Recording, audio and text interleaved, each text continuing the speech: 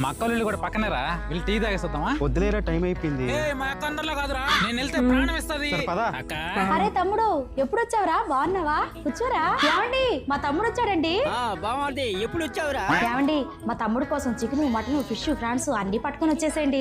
మా అక్క నా కోసం ఎన్ని తెప్పిస్తుందో. ఇంటికి డబ్బులు లేకుంటుంటే చికెన్ తెమ్మంటావా? అయినా మా తమ్ముడికి అక్క దగ్గర ఖర్చు పెట్టించడం ఇష్టం లేదులేండి. వెళ్ళిపోతాంలే అమ్మా. వద్దంట ఉంచండి. మర్చిపోయా టీ అన్నావుగా, పాలకు డబ్బులు లేవురా.